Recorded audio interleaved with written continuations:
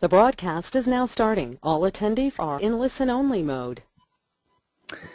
Good evening and welcome to the April 2013 Polyphonic on-campus webinar.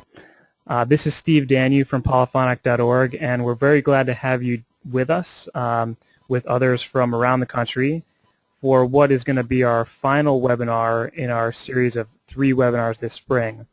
And tonight we're really excited to have a wonderful panel of musicians with us to discuss the topic that you see on your screen, presenting yourself, perspectives and strategies for self-promotion and branding. If you haven't already explored all the content that's available on polyphonic.org, we certainly encourage you to do that, and you'll find that we have all of our previous webinars recorded and available for you there. And again, that's polyphonic.org. Just a couple of logistics before we begin tonight's presentation. You'll notice that your phone or computer audio is muted by default, and that's just to cut down on background noise so that we can have our presenters as clear as possible. But we absolutely encourage you to ask questions. And there's 2 ways that you can ask a question tonight. Sorry, I'm getting a little bit of an echo here. The first is that you can ask a question through the question box on the webinar control panel. Just go ahead and type a question in there at any point in the webinar, and we'll hold that until the end. The other way is that we're going to use Twitter tonight for questions. So you can write a question into Twitter, tweet us at polyphonic.org, or use the hashtag OnCampusWebinar. And again, feel free to write a question in at any point if you think of something, and we will hold those and try to get to all of them at the end.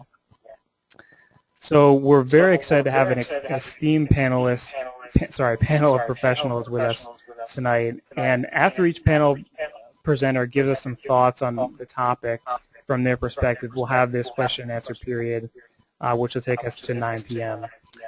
So without any further ado, I want to go ahead and turn things over to tonight's first presenter, Angela Miles-Beaching, author of the acclaimed book Beyond Talent and director of the Center for Music Entrepreneurship at the Manhattan School of Music. Angela? Oh, thanks, Steve. Let me get this going here. All right. Well, really nice to be here with all of you guys, and I'm looking forward to the questions that I hope we can get at a little bit later. My idea with this mini session here was to sort of talk through a way to redefine branding so that it's more relevant and maybe an easier pill to swallow. I actually think this is one of the most important topics for musicians because I find that branding is at the root of almost everything that we do. It's whether you're working on your bio, your website, cover letters, grant proposals, it comes down to brand. So I think this could be useful. Oh, my screen is going ahead. This is really the question that that thinking about branding forces you to confront. Who am I? And the more articulate and specific you are with this question, the more distinctive and energized your all of your materials will be. That's really the challenge. Oh, Steve, this is going ahead. It's on automatic. All right, well, I'll work with it.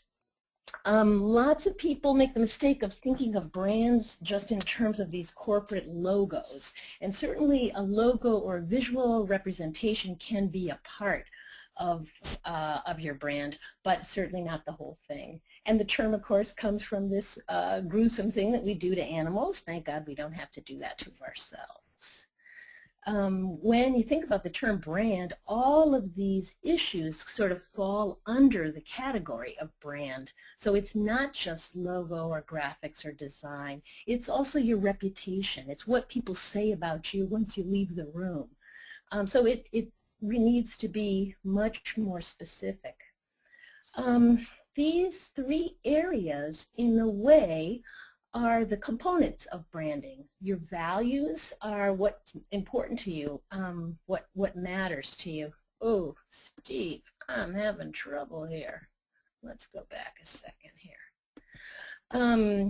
Your vision is sort of your view for the future, your, you know, the impact that you want to make. And your mission is why you do what you do.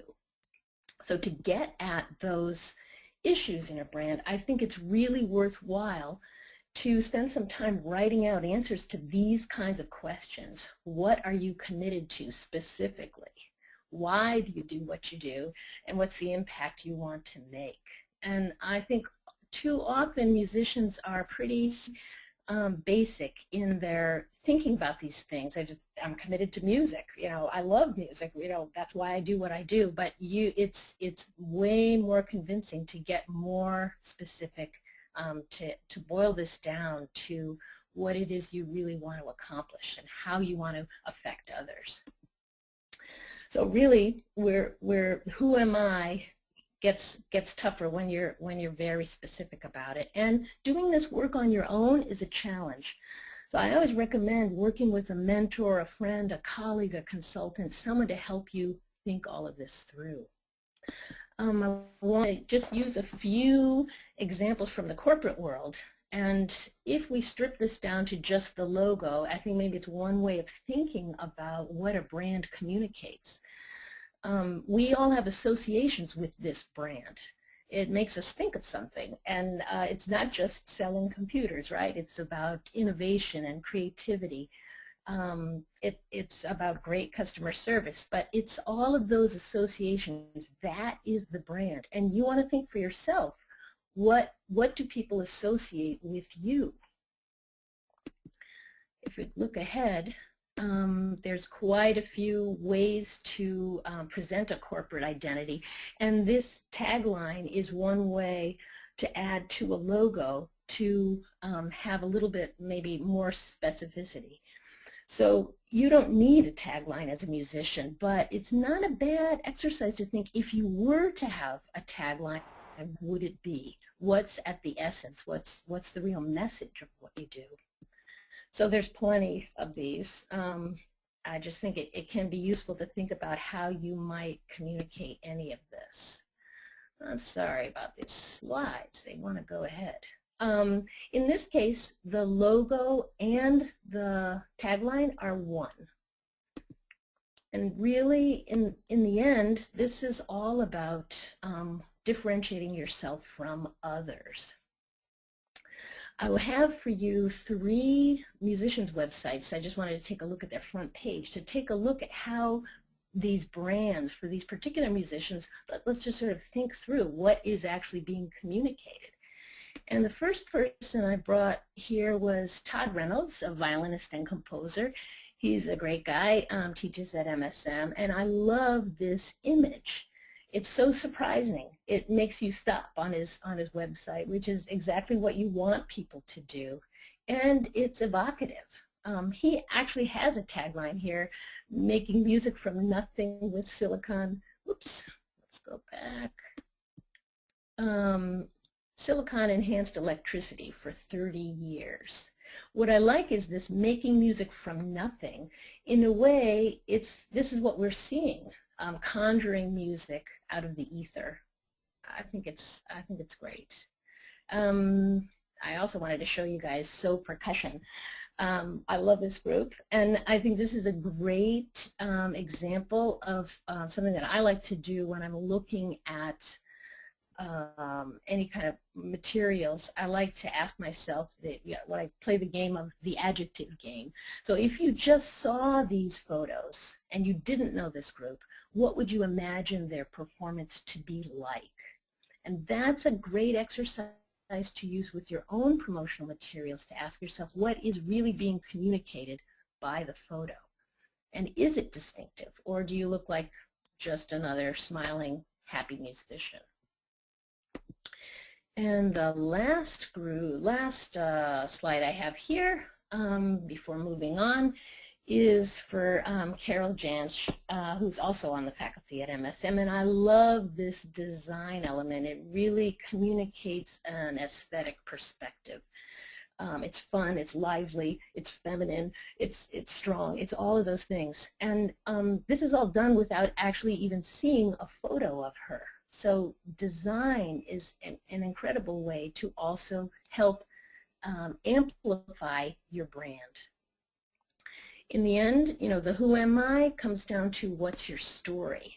So what is the story that you have, that you tell, that is communicated in any of your materials? I wanted to give you guys this particular exercise. This comes from Frank Moyse at UC Boulder in the business school there. He's a great guy. He's very often helped their Center for Music Entrepreneurship. And I once attended a workshop conference that he gave where he gave us this exercise. This is for a brand USP, the unique selling proposition. It's one way of thinking about, how you communicate your brand. So let's just take a moment to take a look at this. The company, this fake company, is SST, stainless steel toothbrush. The specific product is a one bristle brush made of high tensile stainless steel. Ouch. It provides an exhilarating tooth cleansing experience to thrill-seeking ex-gen consumers. So the challenge here is, can you be specific? What is the product that you have to offer? What does it provide to customers or your audience? And who is the specific target audience that you're offering us? And that's what he has done. Now, his challenge was, okay, how do you translate this for musicians? Not necessarily easy, but you know, here was one attempt. In this case, we were using a brass quartet. The first statement offers new original works by young American composers. If I had a dime for every group that does such a thing, I would be filthy rich. So the thing is, you need to dig deeper than that. How is this group distinctive in some way? And what they tell us here is blurring the boundaries between classical and jazz. Oh, my computer is really unhappy. Ah! Sorry, you guys. Let me scroll back over there.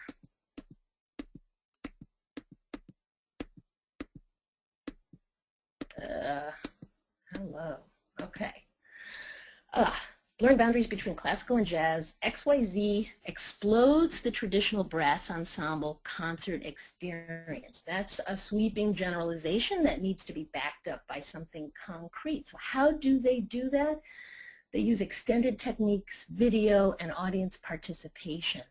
What do they offer audiences? They engage and energize them. That's the benefit to the consumer, if you want to put it that way.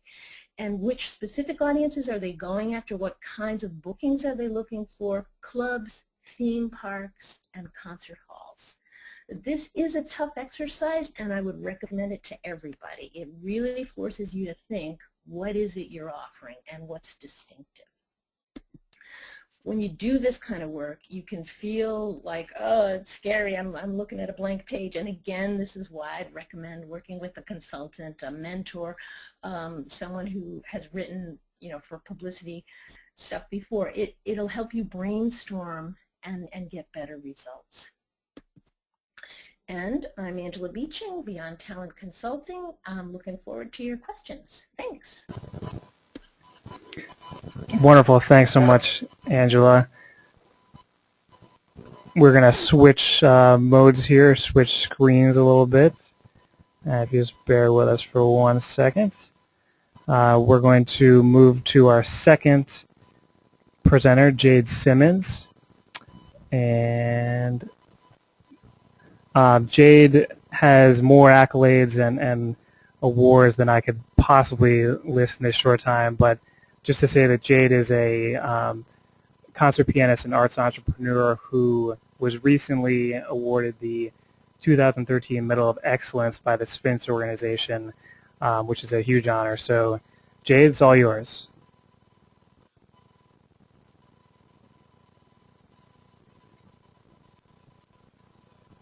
Thank you, Steve. So this works out really wonderfully in that I'm pretty much picking up where Angela left off. Telling your story is kind of a big soapbox of mine because I think that as music students is something we forget to do. We get so caught up in the business of learning how to tell the stories of the composers we're playing, or how to tell the stories of the teachers who have been teaching us, that we forget that a large part of the experience our audience is coming to hear is what we have to bring to the art that we're presenting. And I truly believe that if you want your art to be seen, your music to be heard, eventually you have to get out of the practice room, out of the studio, and you have to literally and physically say to the world, come see what I'm doing.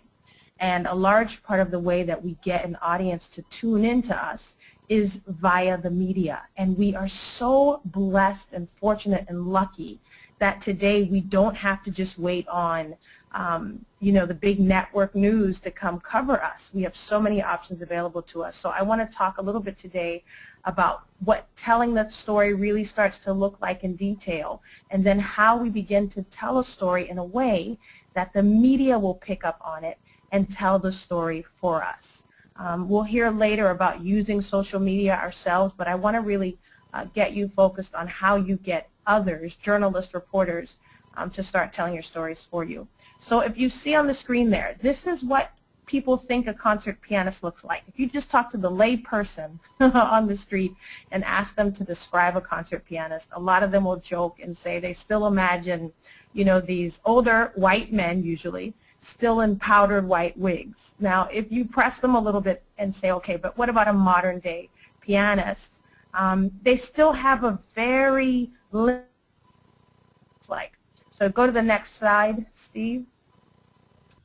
So when I walk on stage and perform, even before I play, they automatically see, oh, okay, now we know this is what a concert pianist can be. So I'm not naive in saying that I know as soon as I walk on stage, there's already kind of a story being told. Without me even saying anything, there's a very visual story where immediately I personally am breaking a lot of stereotypes or images of what people think a classical musician looks like. So part of my job is done, and that my story is told very easily. I get a very sensational headline just by walking on stage. So that does give me a leg up, but it doesn't mean that if you don't have some obvious visual difference, Angela was talking about being unique.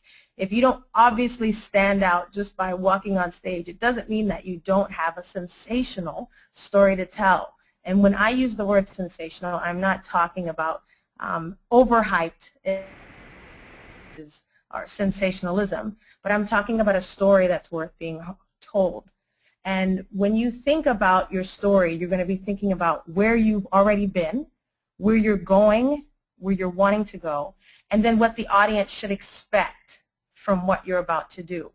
So for me, a visual presentation is important because for me, a powerful entrance hopefully alludes to a powerful performance. So go to the next slide, please, Steve. Angela talked about kind of sitting down, maybe with someone, and I also recommend doing it by yourself first, because I think, at least for me, it's very easy to get in a room with other people and tell them all about themselves. I consider that one of my talents, right, to be able to look at people and listen to them speak and kind of read some wonderful things into what they're saying. But I think it's very important for you to really give some serious thought to what it is you want to be doing. And so about 2 years ago, I noticed that these three words, inspiration, information, and entertainment, were recurring in my life. And so they were three career-altering words. Now these three words ended up being kind of my brand words. And what they allowed me to do was say that I was not just going to be a pianist who played the piano, that I was going to be a pianist who looked for ways to inspire, to inform, and to entertain. So if you were to look at any of my materials, you'll see that they either usually will combine all three things or a combination of one or two of these words. So my story, I know I'm on the right track in the activities that I choose or the activities or projects that I say yes to, because they will allow me to do these three words. So you want to start thinking about what are the three words that define who you are and that represent what it is you want to do. If you were to look over your past, you'd see these three words over and over again, and you can't imagine your future without these 3 words in them, and you want the audience to now start to expect these things from you. Coming up is the next question that Angela has already asked you, which you have to kind of know who you are. I say the continuation of that is you have to know your why, you have to know your what, and you have to know your where. And this is what your actual story is going to be made up. And I think the why is huge. Of course, you can't figure that out until after you know who you are. But you have to know why you're doing what you're doing. We all, most of our friends in many cases are musicians, music students. And if you were to ask them why they're doing what they're doing, a lot of them will say, because this is all I have ever done. And you will realize very quickly, especially after school, that if that's your only why, it starts to wear thin. So you have to start to expand your reason for why you're making this art. And again, what is it that you want to do with this art, and where do you want the art to take you? Next slide. When it comes to grabbing attention with your story, there are 2 vital questions that you have to ask yourself, because these are the 2 questions that the media is going to want to know. They're going to want to know why you and why now. This is especially big, I'll hit on this later, when it comes to television, because television is always about the now. You can think about the news over the last few days. There were all these just devastating events that happened, and each one began to fight for media attention, and the one that always played out was the one that had the most current thing happening. So we had kind of the Boston Marathon tragedy, and then we had the thing here in Texas. I'm in Texas, where we had a plant explode. There was also a young girl who was brutalized in India. But the thing that had the continuing thread of now was the Boston incident, because there was a continuous chase. So that always got the top billing, so to speak, in the media, because there was a now attached. You have to begin to understand your relevance now. Many people are always crying about relevant. So if you're deciding I'm going to be a classical musician, or a visual artist, what makes you relevant today? It just can't be that Picasso was amazing, which is why I paint. That might be your personal why, but why does the media need to know why you paint? And understanding your worth within that is going to be important. I think a lot of young musicians especially suffer from not really understanding that their art can add something.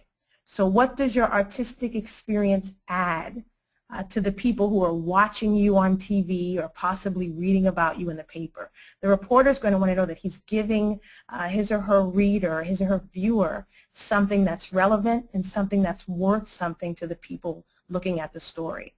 And this starts by you having to understand your untapped talents now.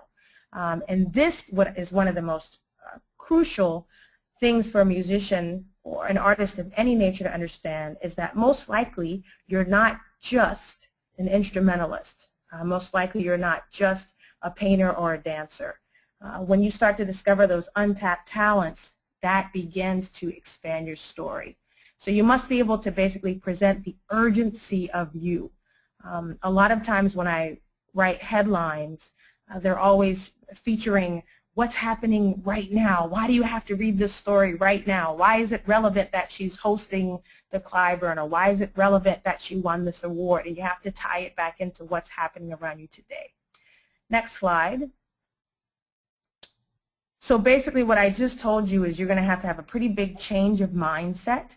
There's a couple of mindset issues that I think artists have to overcome very quickly. First of all, we usually don't think we deserve coverage, or we don't think we're exciting enough to warrant it, so we don't go after it. We also have an issue of thinking that it's not artistically right to go after exposure. We still have these associations of self-promotion, commercialism being bad things, that if we promote ourselves and say, look at me, then sometimes we're not doing a good service to the art. You are in service to the music, but it does not mean that you should not be paying any attention to yourself. I mean, I always say you can spend 24 hours a day practicing, and then you can show up to an empty concert hall because no one knew your concert was coming. Or you can spend 24 hours a day promoting and then not be ready for your concert that has a packed hall. So as an artist, we do have to balance that, but know that that balance should be in both areas, that you should focus on your art and you should give some serious attention to how to draw attention to your art. One other mindset we have to change, we think that it's shallow or commercial, again, to want to be recognized, which is what I said earlier. So we have to kind of debunk a lot of those taboos and understand that our musical talent is worth talking about, our artistic talent is worth talking about, but it's not the only thing worth talking about. So worried about only focusing on the art that we forget to present anything else. Next slide, please. All right, so the biggest change of mindset you're going to have to make, especially if you're used to spending 12 hours a day in a practice room, is that you're going to start converting your purpose and your focus, not just putting it on your skill, but thinking about what's the impact of all that skill and talent that you have. Why do you do this? So the greater chance for happiness is what you're going to get because your psyche is no longer tied to one set outcome. If you're only practicing to perform perfectly and you don't play perfectly, then you're going to go home pretty upset. And this is, of course, the pot calling the kettle black, because I spent the first few years out of grad school only worrying about skill and not worrying about the impact. You'll have a greater chance for fulfillment because focus now is on your ability to affect others. So when you, I call it the samurai story, where I put together these programs that were like warrior recitals. You know, I would play these 2-hour programs with the biggest Beethoven sonatas, the biggest Chopin, 4 or 5 etudes on a program, Rachmaninoff, and then I would get done and I'd be sweating, and all I wanted to hear about was how fast and how loud I'd played. And what would happen is after the concert, people would say, oh my gosh, yeah, that was amazing. But those stories you were telling in between the pieces, man, that really moved me, or it made me think of this, or it made me listen to the music differently. And at first it offended me because I thought they didn't pay attention to my music. But what I realized right then and there is my story was getting much larger than just what was happening at the keyboard.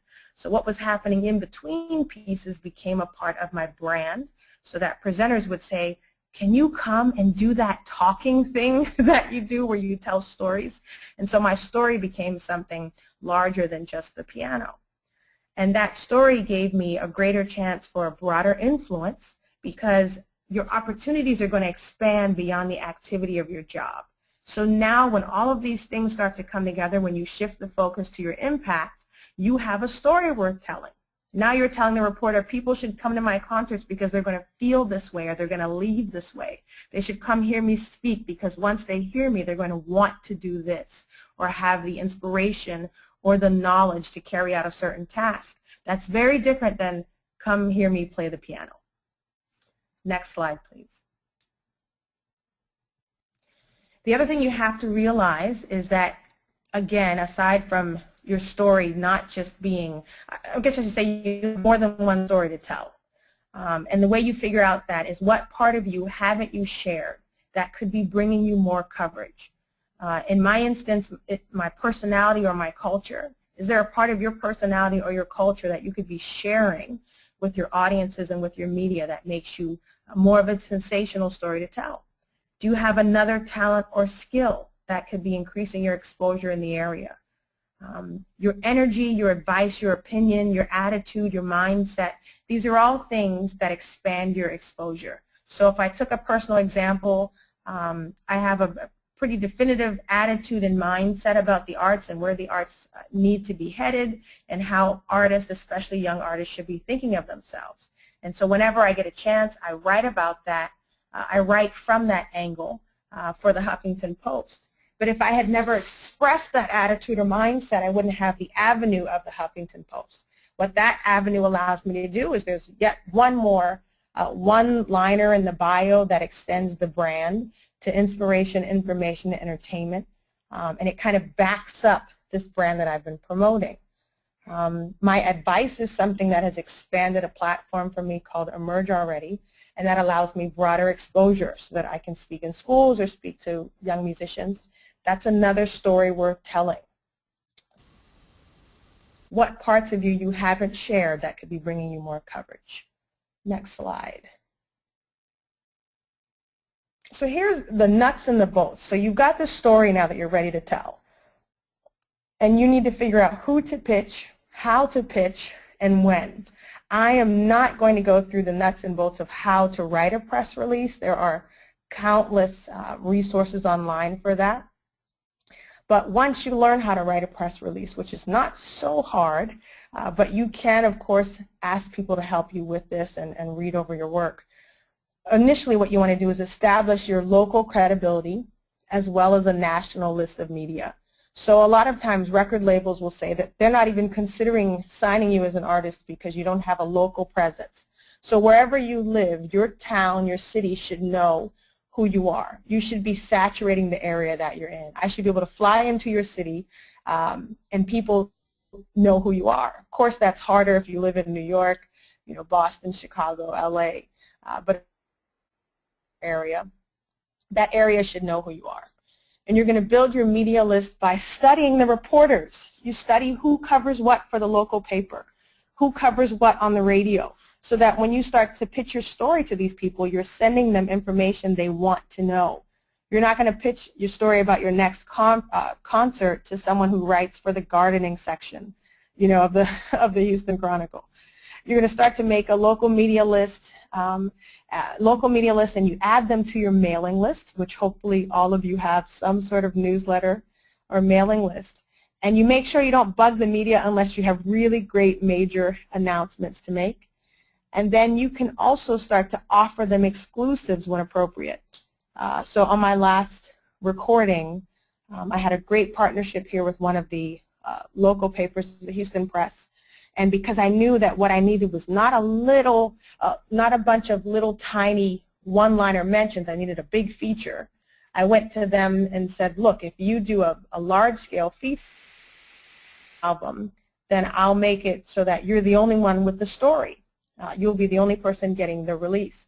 Now, it's a risk in the beginning, but after time and you've spent up, built these relationships, you can do things like that where you offer, your local paper or the radio to be your main partner in spreading the news. This is a big one that's still up for debate, but I think you need to learn the art of the new school press release. So learn how to write the standard press release, and then know that in the new era, you're actually writing the story for the reporter instead of the old school press release, which is just kind of a boring list of facts. And you're basically writing the article for them, and I've watched it happen so that a lot of the press releases I write end up getting printed verbatim, and then they'll have as the author the name of the reporter. I don't get offended by that because that means my story is getting out exactly how I want it told. And the reason that's happening is because reporters today are usually overloaded.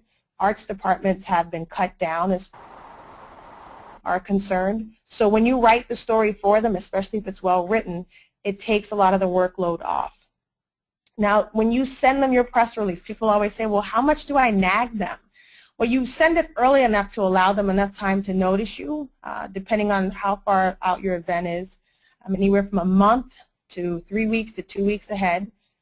You give them enough time to forget you, and then enough time to remember you just in time before your event. So your initial send gives a long lead time. You follow up, your first follow-up kind of keeps you on their radar. And your second follow-up sounds the alarm for action. My concert is next week, so I really hope you can do that feature. You're checking back in. You're reminding them of dates and time. So they have a big list of all these stories that are worth covering, and you need to get that in early, but they will forget you, and then it's your job to remind them that you exist and your awesome event is coming up. All right, next slide.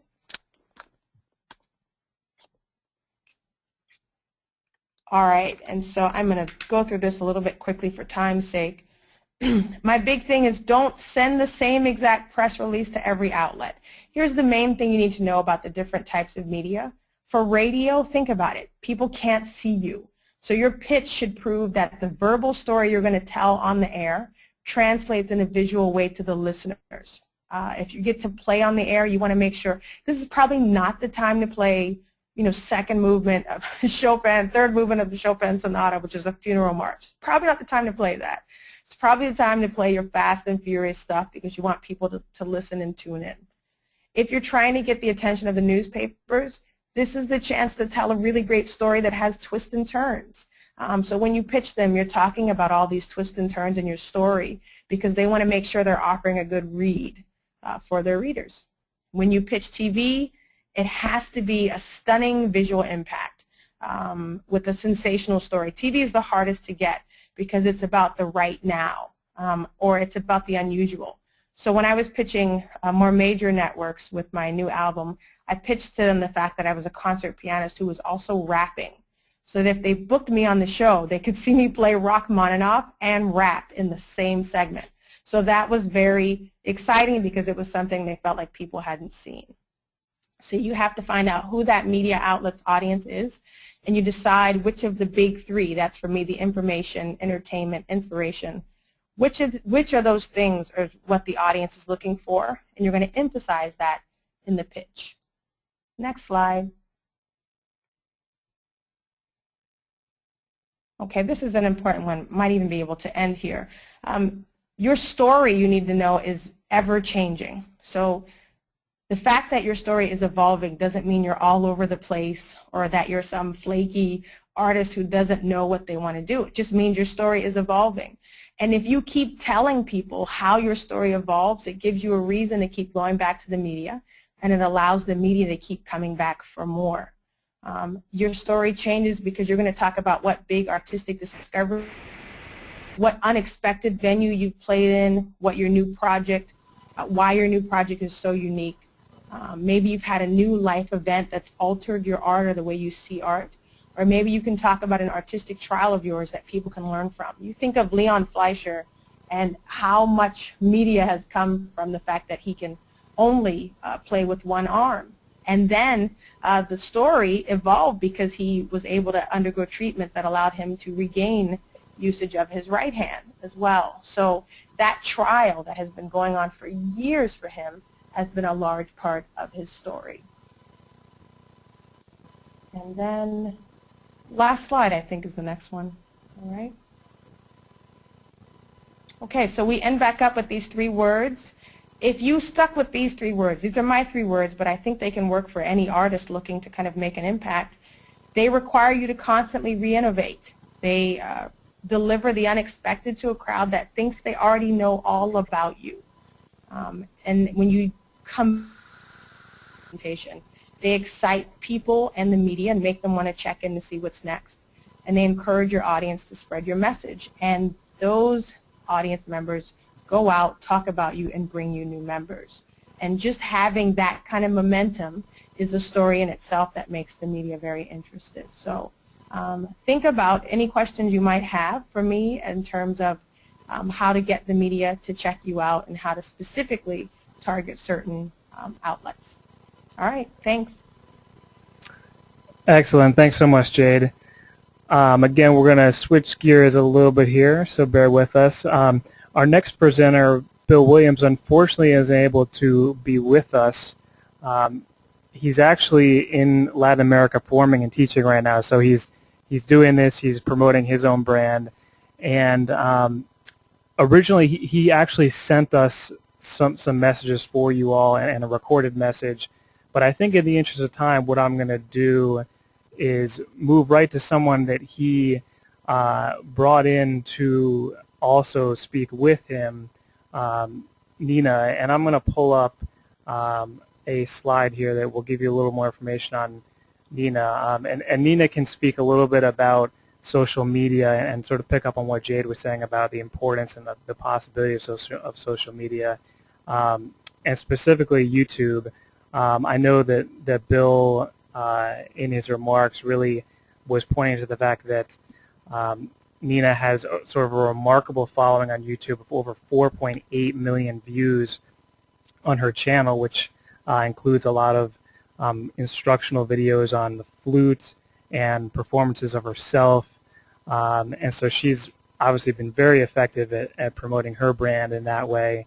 And I'd like to just turn over to Nina to discuss the social media and how she's been able to create her brand and utilize these tools. Hi, well, thank you. This has been really fun for me listening to the comments of the other panelists, because I realize that some of what I have done is really tied in so well to what they're talking about today. So my name is Nina Perlov, and I'm known around the world as the Internet Flutist. And the reason I sort of earned that tagline is because I specialize in using YouTube and, you know, the medium of video to spread what it is that I do. And what I do is I play flute, I teach flute, and I talk about the life of an artist and what it means to be a musician and a performer. So when I first began, I started putting up YouTube videos in 2007, and at that time YouTube was very new and there were very, very few classical musicians who were using YouTube at all. And I really truly had no idea where it was going to lead and how it was going to change my life. So a lot of the branding things that happened for me happened naturally, and they just evolved over time. I never sat down and said, okay, today I'm going to become the Internet Flutist, because the Internet, it was so new that I could never imagine something like having millions of viewers and people following me, and I didn't know what it meant to go viral because it was all new and it didn't exist yet. So my brand happened almost by accident, but at the same time I was always very focused on a lot of these ideas that we're hearing about today, and the main one was telling a story. So what I do is I tell a story and I use video to do that. And what's so exciting about the world today is that because of YouTube and, you know, social media, we can share our videos with an unlimited and completely global audience. So when I first started putting my videos up, I really thought it would just be something that if I were attracting a student to come study with me and they wanted to know a little bit about how I teach, I could give them the link to one of my videos, they could watch it and get a sense of who I was. But I didn't realize that people who I had never met and had never had any contact with would actually find me just by doing Google searches and YouTube searches. And so I was suddenly able to tell my story to people from all over the world, and I started getting messages from people from all different continents, and it was really quite exciting, and also I'll say it was also a little scary. But as it grew, I sort of grew into the role naturally and found a little bit about, I learned a lot about who I am as an artist and what was really important to me. And I think that passion is very important whenever you're talking about branding. And I would caution you to never choose a brand that you just think, that you choose simply because you think it will be effective or you think it looks cool. I really think when you're branding yourself, it has to derive from a place of passion. And when I really started making my YouTube videos, the first videos that I made were teaching videos. And I felt very passionate about some of the techniques that I had studied with some master flute teachers from around the world. And Jade was talking a little bit about the impact of skill. And I felt like I had been so fortunate to go to the Paris Conservatory and to study with one of the greatest flute teachers in the world who is no longer alive, and many incredible teachers from the United States, that I felt like I had to share some of the things that I had learned with other flutists who didn't have that same kind of opportunity, because there were so many gems that I had gained. And so I started by sharing and telling those stories because I was so passionate about my teachers and what I had learned and those ideas that I wanted to share it through video. And as people started to pick up on what I was doing and the information that was being transmitted, I started to, of course, gain a lot of followers and a lot of fans. And as I got more and more popular and more views started coming in, a lot of other colleagues in the profession would say, oh, well, this is just self-promotion. And this totally gets into what Jade was saying about changing our mindset, that so many times, and I even still hear it today, people say, oh, well, that's self-promotion, and they say it like it's a dirty word. And I take a completely different approach. I think that if you are genuinely passionate about what you do, and you believe in it, which I always believe very much in anything that I do when I put it out in public. I'll never post a video about something that I don't fundamentally believe in. Then the self-promotion comes next. It's almost secondary, because what you're really doing is you're sharing your passion. And I never feel ashamed of self-promoting, because I sort of have the view, it's like if you're a politician and you're running for office, and you said, well, I'm not going to go vote for myself because that would be self-promotion. You know, I'm going to be humble, and that's just ridiculous, because if you don't believe that you should be elected to public office yourself, then why should anybody else vote for you? And I believe the same thing as a musician. If I believe that what I have to say as a teacher is not worthy of being heard as a student, then why should I say it? And if I don't believe that what I have to say musically when I perform, whether I'm on stage or performing in front of a video camera or making a CD, if I don't believe that what I have to say musically is worthwhile, then why should I ever say it at all? So to me, self-promotion, be famous, it's about trying to share the art and what I believe in. So I try to make the distinction also between being confident in what I'm communicating artistically and between being arrogant, because arrogant is not something that is, I think it's not a part of the sharing of the passion, but the confidence is something you should never be ashamed of, and you should never let somebody make you feel ashamed because you're confident enough about what you do that you're willing to promote it. So one of the things that I want to talk about is, I'm obviously very tied into technology because I use YouTube. And so people sometimes, I think, lose sight of the technology and think that the technology is cool in and of itself, and that if you just use the technology, that you'll somehow create a following and build up a fan base. And I don't think it really works that way, at least in my experience and in my perspective on using the technology. Because to me, anybody can learn the skills of how to make a YouTube video and how to post it and how to create a Twitter account and how to use all these different gadgets, and you can build an iPhone app, for yourself.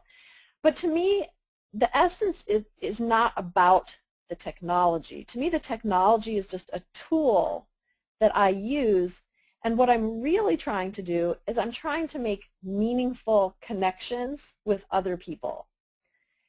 And whether I'm making those connections on a stage in a live concert, or in a classroom where I'm teaching, or when I'm having a conversation with people face-to-face, or whether I'm making those connections over a YouTube video, to me the essence is all about communicating, sharing what I'm passionate about with other people who will hopefully be inspired by the same passion and share my passion and engage with me in a way that's actually meaningful, that's not about technology. And then the last thing I want to say is that what we're talking about in creating a brand and in self-promotion, it requires a lot of self-reflection. And I just want to caution you that sometimes when we engage in a lot of self-reflection, we can become a little bit self-absorbed at the same time. And sometimes we think, oh, well, I have to tell everybody about my upcoming concert and the latest and greatest competition that I won, and I want to tell everybody how great I am. And what I try to keep in mind whenever I'm making a video or sharing something on Facebook or, doing a live concert or a masterclass or a clinic or a workshop is that at the end of the day, it's not really about myself. It's not about Nina Perlov. It's about the audience. So in making a connection and building up a fan base of loyal followers, which I have been really fortunate, and I feel blessed that I've been able to have some of my fans for years, is that I try to keep in mind it's not about what I want to do, and it's about what I can give to other people.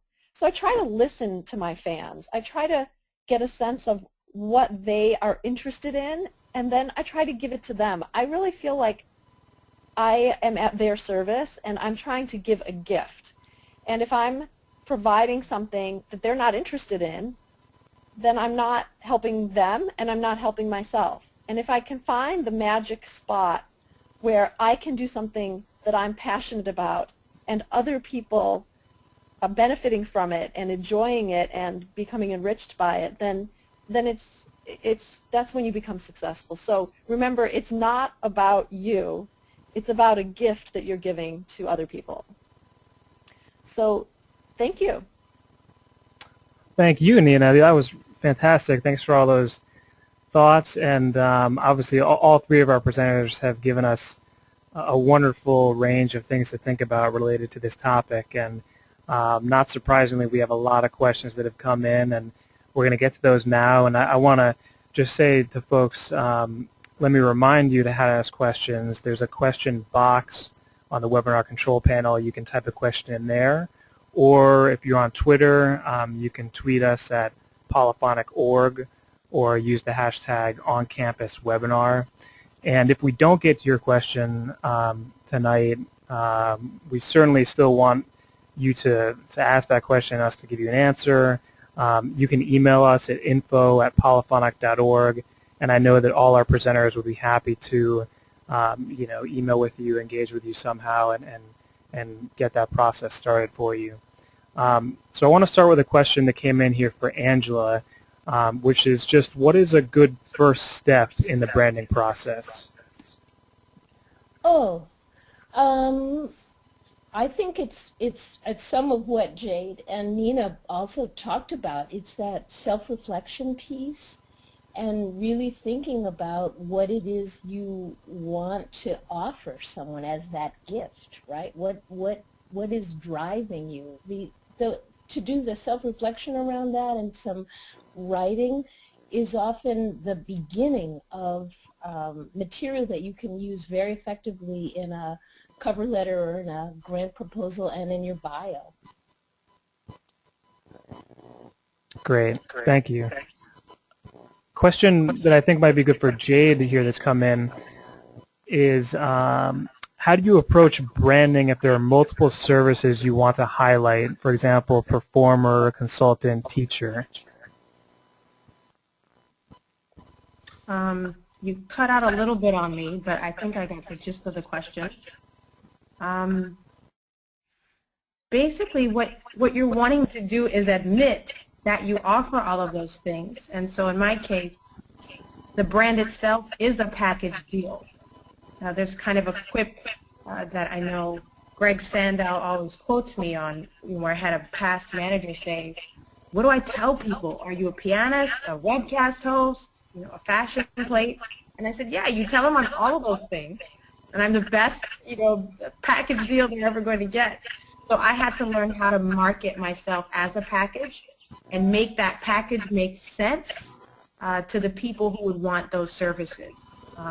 And that's going to, you see, open up a lot of doors for you in terms of where you can perform, how long you can stay in that city and still make an impact. If you let a presenter know that when I come to your town, I'm not just making an impact in one way, but in several, then you're more to engage you. Oh, I would add to that. I thought that was great, Jade. I would add to it that often there's a connecting thread that links all of the activities that you do, and if you sort of look above that, that's generally what the brand is. It's the thing that's driving you that has led you to do and to offer this range. It's a certain kind of perspective. Great. Another question that's come in here, which is a question for all. What steps would you suggest for an older musician to rebrand himself? And he says, still technically capable, but a little out of touch.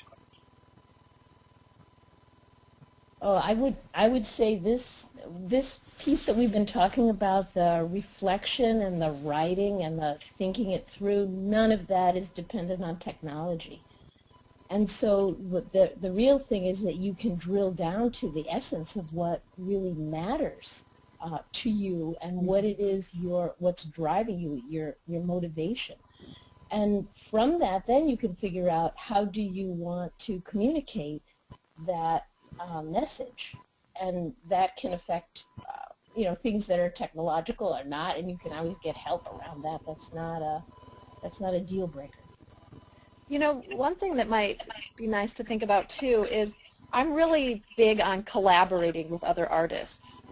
And so I think it's interesting to know where your own strengths are and where your own weaknesses are, and then find other artists to collaborate with you. So if you feel like you want to be in touch with a younger audience, find another artist who is in touch with a younger artist and say, hey, let's do a duet, let's do a project together, let's do some concerts, let's record. And you can really learn from your colleagues, and you can just find new inspirations for yourself. It can really freshen up your own impact, to work with different types of play.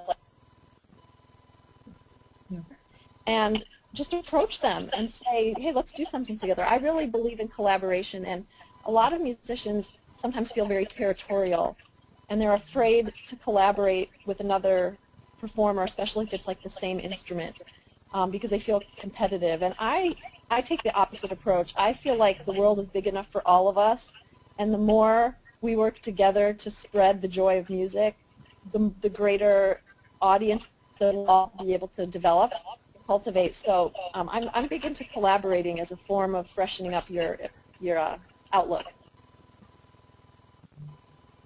Great. Thank you guys for that. This is a question I think would be perfect for Nina, and obviously Jade and Angela can chime in too. But the question is, would it still be a good idea to brand oneself as a performer and a teacher while applying to higher education positions? I would say absolutely. The more diverse your skills are, the more attractive you're going to be to an employer, because employers now, they want complete packages. They want people who can do more than one skill, who can offer the greatest variety to the position. So I think that it's absolutely advisable if you have, Jade was talking about having other talents besides maybe just playing Chopin. Use your other talents as an asset, because one of the things that's so challenging right now is that the job market is saturated with great performing artists. There are so many that it's almost impossible to distinguish, which is the candidate that we really want for this higher education position. So you do need to show an employer what are other skills you have. One of the things I did in graduate school was I published scholarly articles, because I knew I wanted to go into academia, and I thought that was a way of making myself and my resume a little bit different. So if you have another skill, absolutely showcase it. I would just say if there is an underlying concern, if you're worried that they might be concerned that you're performing so much you're not going to be dedicated to teaching, you have to find out what the school is looking for. If it's like the Shepherd School of Music at Rice, they pride themselves on having active performers. And so for me as a student, I wanted to go there because I wanted to study with someone who had the career that I wanted to emulate. I wanted a great teacher, but I wanted a teacher who was actually doing what it was I wanted to do. So in that case, a place like Rice wants to know that you are an active and dynamic performer. If you know it's a school that's going to want to know that you can kind of settle down a bit, then you market your performing as something that allows you to lend a very hands-on, real-life experience to the students that are going to be sitting with you. But I think for sure it's good to show that you can basically practice what you're going to be preaching. I've just one thing to add to this. I think in the end, the most impressive thing is that other people really get this strong sense that you know who you are. You know the value of what you have to offer. And I think that does come from really drilling down to this. It would come out in the cover letter, in all of your materials, and that's why I think it's worth working on. Great. I know we're going over a couple of minutes here, but we have so many good questions. I just want to do two more. The first, actually, to follow up with Angela, there's a question here that says, what are some great resources for college professors to help our students learn strategies for self-promotion and branding? And obviously, I know Angela teaches this material and has a book on this. So, Angela, this is a perfect question for you. Well, yeah, I wrote the book Beyond Talent. It's one place to get started, and Jade also has fabulous materials, and Nina too. So I think that that's great. There's more. There's really kind of a wave going on of people interested in this and writing about it. So I don't think that there's a lack of information out there, but I think people are looking for some kind of filters. If someone is faculty, in higher ed, there's a terrific organization called the Network of Music Career Development Officers, and I'm happy to email with anyone who's curious about it. So it's a network of people who do this kind of work, and it's great to partner with folks and find out, what kind of workshops their school's offering, what kind of courses, because we can all benefit from sharing. Yeah, I'll just throw in, of course, Angela alluded to it, I have an ebook called Emerge Already, The Ultimate Guide to Career Building for Emerging Artists. And probably the difference in the approach is it's a very nitty-gritty kind of angle coming from what I call kind of the trenches of having to make my career. So it's made up of all the things that I wish I had known before I had gotten out of grad school. And it's a very candid approach about I guess, what is real from what we learned in school and what really happens once we get out into the music world and try to make a go at all of this. And so basically it moves to what Nina says, is that everybody's good, so how do we stand out?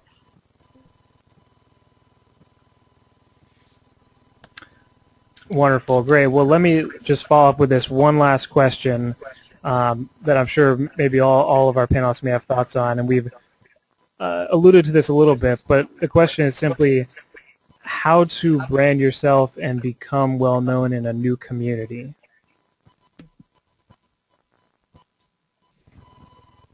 I'll start with just reiterating the idea of local saturation, and you really at this point are going to want to do what Nina said and look for collaborative opportunities. You link yourself up to the people who are already doing things that you want to do. You also look for niches that haven't been filled yet, which is usually much more effective than reinventing the wheel. If you are going to start a nonprofit or start a concert series, look for ways that yours can really stand out compared to what's already existing. And form partnerships with people outside of the arts that could bring you new audiences. So maybe you can form partnerships with local restaurants, local arts museums. If you're a musician, these could be places you could be performing. But think in kind of a cross-promotional way, how you can be of benefit to them as an artist. They can be of benefit to you. Yeah, I just want to underscore that, because I think when we're in a new location, we may think, oh my God, I have to go out and sort of beat the bushes, and it's all about me, me, me. And I think absolutely the reverse of that is actually what you want to do. You want to be in discovery and exploration mode, and be having conversations with people. That is really the way stories are communicated and ideas are shared, and you may come up through that kind of process with exactly these kinds of collaborations and more opportunities than if you have this mindset, I just need to push myself out there. Yeah, I agree. Just be proactive. If you want to do a concert, find a location and give a free concert. Don't be afraid to play for free. Sometimes I think musicians feel like they're somehow being taken advantage of if they play for free, but sometimes doing a free concert can be a way to really just establish those kinds of contacts and relationships and introduce yourself, and then invite other people to play with you. But don't necessarily sit around and wait for invitations. You can go ahead and start something yourself. Start a concert series or just even one concert, and don't be afraid to just invite people out for lunch or coffee. I mean, I've had people contact me who've moved into town and said, hey, I'm a flute player. I want to learn what it's like in this town. Can I take you out to lunch? And I end up forming a nice relationship with that person, and then the next time I hear about an opportunity, sometimes I'll give their name out. So, just make friends and find out what other people are like and show an interest in what they're doing as well. Yeah, I just want to observe that so much of what we've talked about this past hour is about changing the mindset.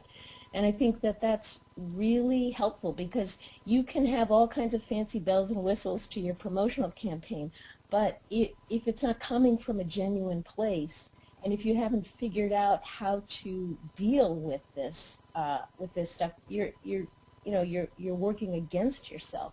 So I think this kind of mindset is a wonderful holistic approach to how you can move forward. Wonderful. Well, I certainly want to thank our three presenters this evening for sharing all these wonderful thoughts with us and very valuable things. Angela Miles Beeching, Jade Simmons, Nina Perlove, and I want to thank Billy Williams too, who really helped us all think about this topic and solidify how we wanted to talk about this. And unfortunately, Bill couldn't be with us, but he sends his regards. So thank you again for all of you as well for tuning in. And again, this is our final webinar in the spring series, but I will tell you we have some very exciting plans for the fall webinar series, which will be starting in September. So we'll be sure to let you know about that.